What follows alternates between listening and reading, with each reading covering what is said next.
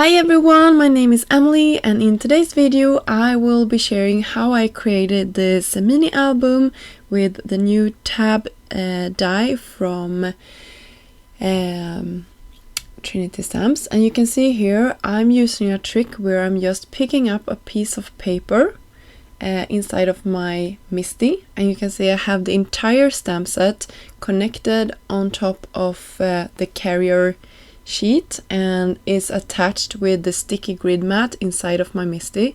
So when I'm doing this, I don't need to be taking any of the stamps off the backing sheet here.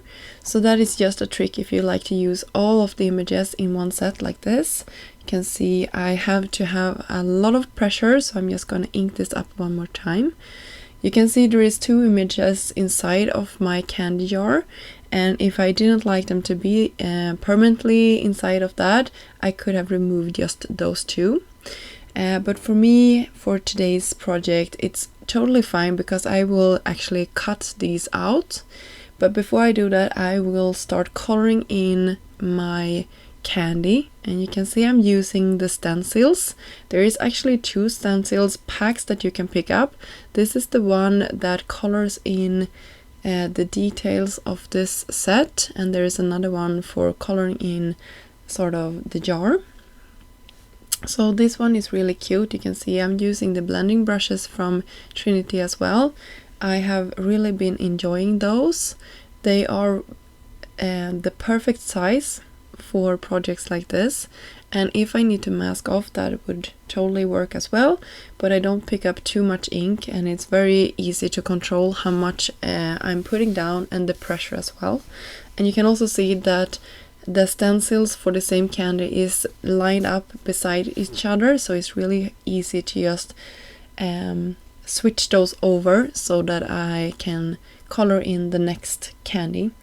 So you can see I'm using two-toned, and I've done this in a previous video where I showed you how I used these stencils and how I colored in some areas of it. You can see here I'm also taking some ink just to color in some parts of the jar, but as I said, I will also use the coordinating die, so a lot of that will actually be cut out, so you can see here how that looks. I will create a shaker for my project today, so I'm just taking a piece of acetate and just lining that and then undercutting the adhesive sheet, not the adhesive, the acetate sheet, and then I lined up a piece of foam, so this will be like a sturdy shaker. You could also cut a bunch of paper just to stack it up underneath if you like to do that, but I like how this turned out. And then I filled my candy jar with a bunch of goodies from Trinity, as well as the candies inside of this bag. As you can see, I took some adhesive and just running that along all of the sides of my candy jar, and then I'm just putting the backer piece on top of that, so we are shutting all of our goodies inside of it. And then I'm just taking another piece to make this really sturdy, since this will be the front cover of our mini album. So this is how that die set looks, and I decided to go with the one that has two tabs, and then I will have some liquid glue to the back of that, and then I can turn this and you can see how that looks. And I really like how that looks, and we can have some pattern paper on top of it. But to make the first page totally sturdy, I am just using a piece of white paper as well. But before I'm doing that, I also wanted this to be doubled up, so it's very much a sturdy album.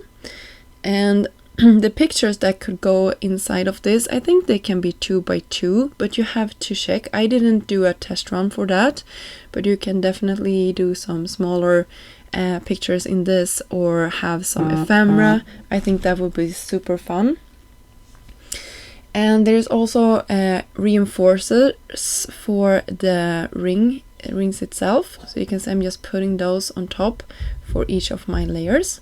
So when we have the first one done, I will do the same thing for the rest of them, And I know that my camera will soon be dying here on me, so I'm so sorry for that.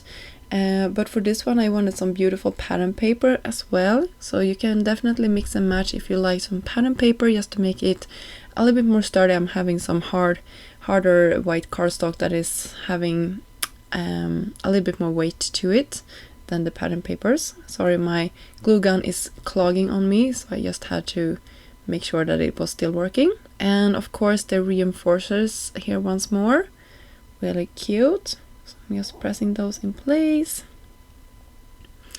Doing the same thing for the back of this. So I love that. And you can see how this looks. And I'm lining these up so I know exactly where the next tag should be, so they will line up nicely when the book is closed later on. So now when I have that in place, we can go ahead and attach the next backer piece for that one. So we are sort of sandwiching that tab between the two layers of cardstock. And then we can do the same thing for this. I'm just lining it up, pressing it in place, and gluing the back of it together. I think that really looks nice, and I like that I alternated the pattern papers in this so that we really have a mix and match of all of those, and that I kept it white on the back. I also think that is nice.